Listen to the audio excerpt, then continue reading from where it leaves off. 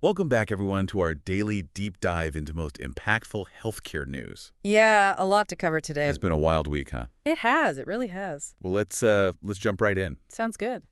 Okay, so President Trump is back in the Oval Office for a second term, Yeah, and well, his first week has been anything but quiet, definitely not. especially with that executive order to withdraw the U.S. from the World Health Organization. Right. I mean, big move right out of the gate. huge, and healthcare groups are pushing back already. Yeah, I mean, you've got physicians, nurses, infection control specialists all saying this is a really bad idea. Yeah, they're arguing that it could really hurt our ability to respond to future public health emergencies. Absolutely. And it's not just the WHO thing Okay. either. His Yeah. pick for Health and Human Services. Oh, yeah, Robert F. Kennedy Jr. Yeah, that one. A lot of people are not happy about that. No, especially healthcare leaders. A lot of them are very concerned about his views on vaccines and other public health issues. Yeah, it'll be interesting to see how that plays out in the Senate confirmation hearings. Definitely. All right, well, let's switch gears a little bit and talk about AI. Yeah.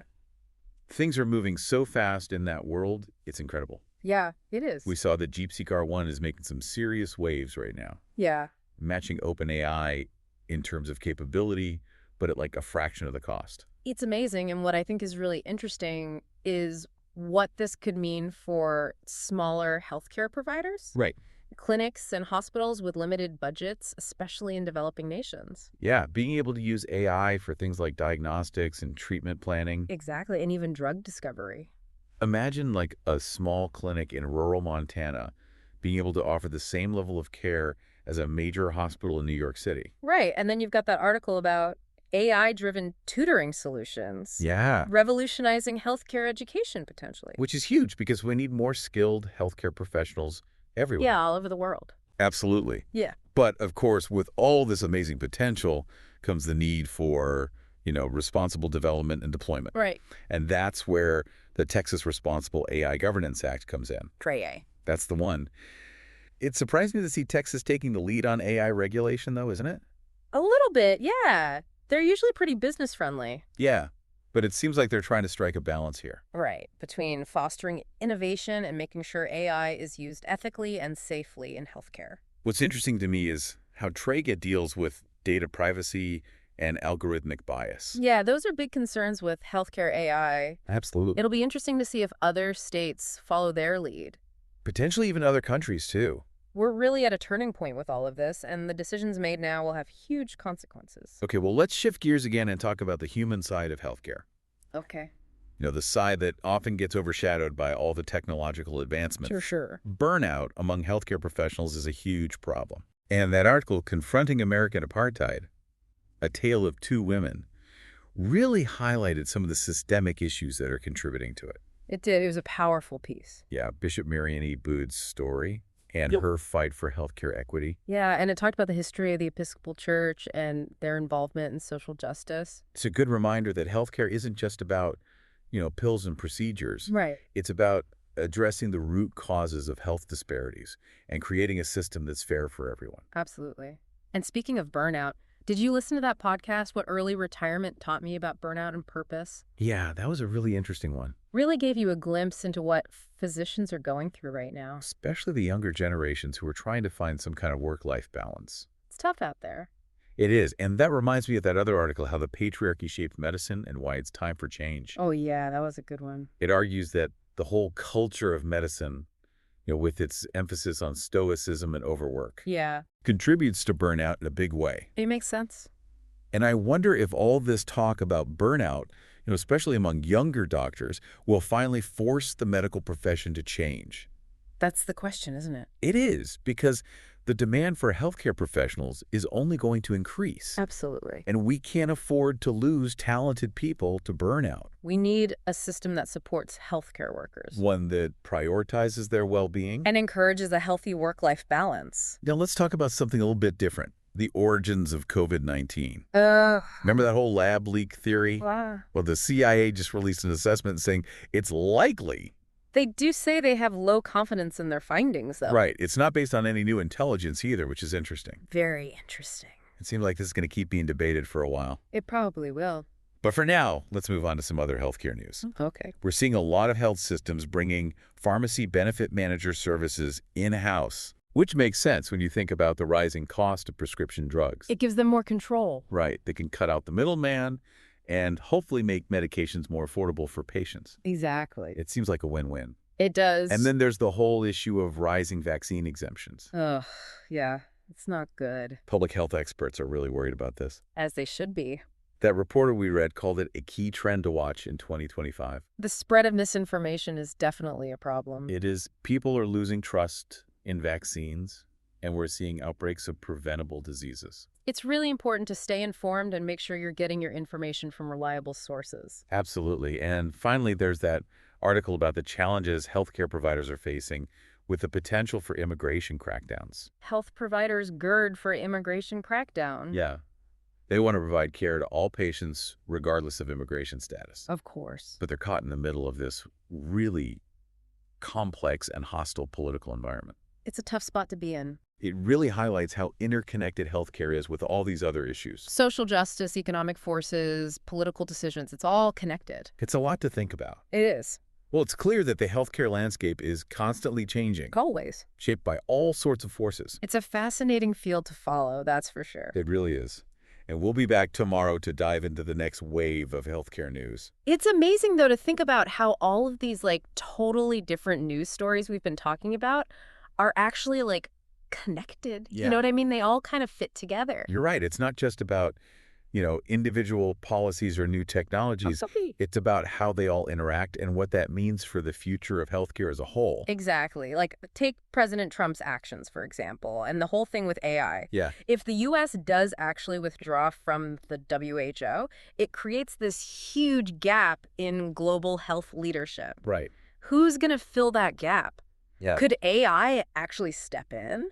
That's a really interesting thought. Right. And we've already seen how fast AI is developing. Yeah. Imagine a world where AI is the main tool for, tracking diseases, predicting outbreaks, that kind of thing. Wow. We might not even need these big global health organizations anymore. Okay, but let's bring it back down to earth for a minute. Sure. How would all of this impact the average person? Well, for one thing, we'd probably see a lot more people relying on technology for health information. Right, instead of going to the doctor. Exactly. AI-powered apps could become our main source of guidance during health crises. We might even see AI replacing human healthcare workers in some cases. It's kind of scary. It is. It raises a lot of questions about access to technology, data privacy, potential bias in algorithms. A lot to think about, for sure. Definitely. And the impact goes way beyond global health, too. Yeah. Think about the healthcare workforce. Right. If AI can do the jobs that doctors and nurses are doing now, what does that mean for their jobs? Yeah, are they going to be out of work? Exactly. And what about medical training? How's that going to change? It's almost like there are going to be two kinds of jobs in the future. Yeah. The people who build and manage the AI, and then the people who work alongside it. Right. Using AI to make them better at their jobs. Interesting. Yeah. So what you're saying is this whole conversation about President Trump and the WHO, Yeah. it's actually just a small part of a much bigger conversation about how technology is going to change everything. Exactly. Healthcare and society as a whole. Wow. Okay, well, let's focus on something a bit more specific for a minute. Okay. One of the articles talked about how some health systems are starting to bring pharmacy benefit manager services in-house. PBMs. Yeah. Right? So basically, they're trying to cut out the middleman when it comes to prescription drugs. Exactly. Which makes a lot of sense with drug prices being so high. It does. They can negotiate better prices with drug companies, streamline the process, Right. and hopefully make medications more affordable for everyone. The goal is to simplify things and save money. Right. It seems like we might be seeing a trend here towards more integration in the healthcare industry. Mm-hmm. Yeah, consolidation, things like that. Okay, and then on a totally different note, we've got this whole thing with rising vaccine exemptions. Yeah. That's a really worrying trend. It is. The reporter we read basically said it's the biggest issue facing public health in 2025. Wow. People are so distrustful of vaccines these days. Yeah, it's scary. It really is. We're seeing outbreaks of diseases that we haven't seen in decades. It's like we're going backwards. It kind of feels that way. And then there's the article about healthcare providers and the potential for immigration crackdowns. Right. Health providers gird for immigration crackdown. Yeah, it really highlighted the challenges they're facing. Trying to provide care for everyone, regardless of immigration status. Right.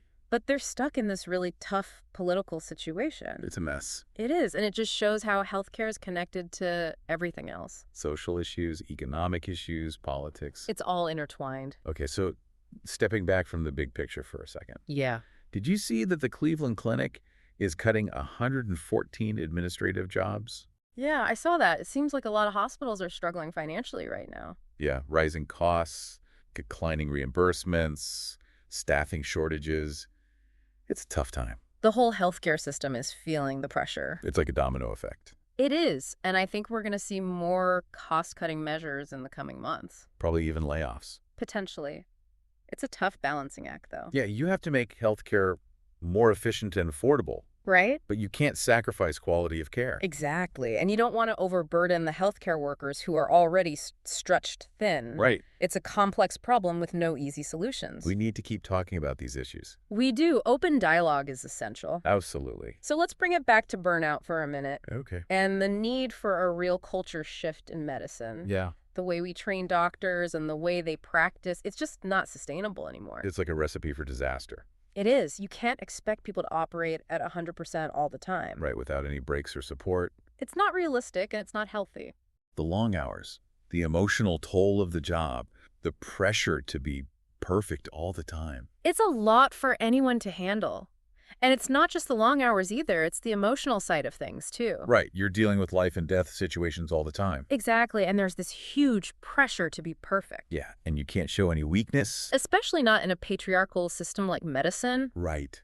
That article was really eye-opening. It was. It really showed how deep those cultural norms run. Stoicism, self-sacrifice. It's like baked into the whole system. Yeah, and that creates an environment where burnout is almost inevitable. So what's the solution? Well, we need a complete overhaul of the system. Easier said than done.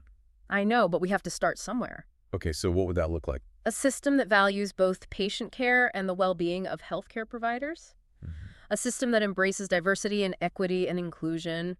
Yeah. And a system that recognizes the importance of work-life balance. That's a tall order. It is, but it's not impossible. We need a real culture shift. Exactly, and it has to start from the ground up. From medical school all the way to hospital leadership. Right, and it has to be reflected in policies and procedures. Speaking of big changes, let's circle back to AI for a minute. Okay. It's easy to get caught up in all the hype and the fear. Yeah, but at the end of the day, AI is just a tool. Right. It's up to us to decide how we're going to use it. So it could be a force for good in healthcare. Absolutely. It could help us diagnose diseases earlier, develop better treatments, personalize care in ways we never thought possible. But it could also make things worse. Yeah, if we're not careful, it could exacerbate existing inequalities. So we have to be really thoughtful about how we develop and deploy AI. We do. We need to make sure that algorithms are fair and transparent and accountable. And we need to have open and honest conversations about the potential risks and benefits. Absolutely. We can't just blindly embrace this technology. Right. AI should be used to enhance human intelligence and compassion. Not to replace them. Finding that balance is going to be key. It is. That's the challenge we're facing. Well, we've covered a lot of ground today. We have from politics to technology to the very human challenges facing healthcare providers. We've explored some really complex issues. And raised a lot more questions than answers. But that's the nature of healthcare. It's constantly evolving. There's always more to learn. Always more to explore. Exactly. And we encourage you to keep exploring these topics with us. Keep the conversation going. Share your thoughts. Engage with the issues. Stay curious. Because the future of healthcare is something we all have a stake in. It is. Well, thank you for joining us on this deep dive into the most impactful healthcare news. It's been a pleasure. We'll be back tomorrow with more insights and analysis. Until then, stay informed, stay engaged, and stay well.